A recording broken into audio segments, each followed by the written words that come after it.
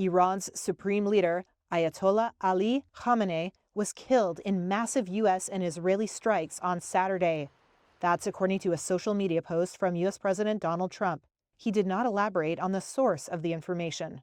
Iranian news agencies denied that Khamenei had been killed in the strikes, saying the supreme leader was, quote, steadfast and firm in commanding the field. But a senior Israeli official told Reuters Khamenei's body had been found. And Israel's Prime Minister Benjamin Netanyahu said Khamenei was no longer alive.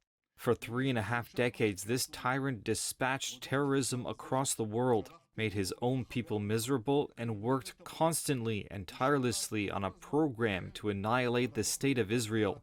That plan is there no longer, and there are many signs that this tyrant is also no longer.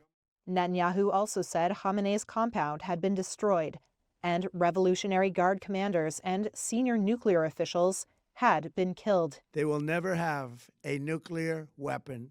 In an early morning address, Trump said the strikes on Iran were aimed at ending a security threat, and he called on Iranian security forces to lay down their weapons and invited the Iranian people to topple their government once the bombing ended. When we are finished, take over your government. It will be yours to take.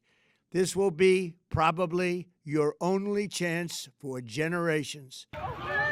Iran called the U.S.-Israeli strikes unprovoked and illegal. Tehran responded to the attacks with missiles fired at Israel and at several Gulf Arab allies of the United States that host American bases. I don't see a diplomatic off-ramp. Burcu Oshelik is a senior research fellow for Middle East security at Britain's Royal United Services Institute. It's a huge gamble for all of the sides involved. There are many unknowns and unknowables in this scenario. It's a gamble for President Trump because there could be significant political costs for him in the tragic event of U.S. casualties. There will be a public backlash against that in the United States. We're already hearing about why Congress hasn't been involved in the decision-making process behind launching this offensive. There's a gamble for Israel. We do not yet have a sense of what damage Iran could do on Israel and its citizens, although thus far it has been limited. And it's a gamble for Iran, certainly. Explosions from Saturday's strikes caused widespread panic across the region. Eyewitness video showed heavy damage at a school in southern Iran, where dozens of people were reportedly killed in an Israeli airstrike.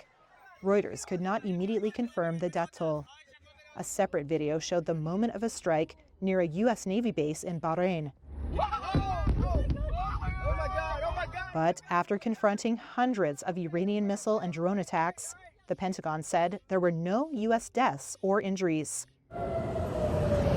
In Israel, sirens sent people rushing to shelter as Iran launched a series of missiles.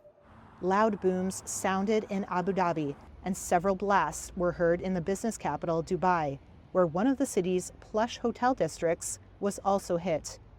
Tehran promised a stronger response to come.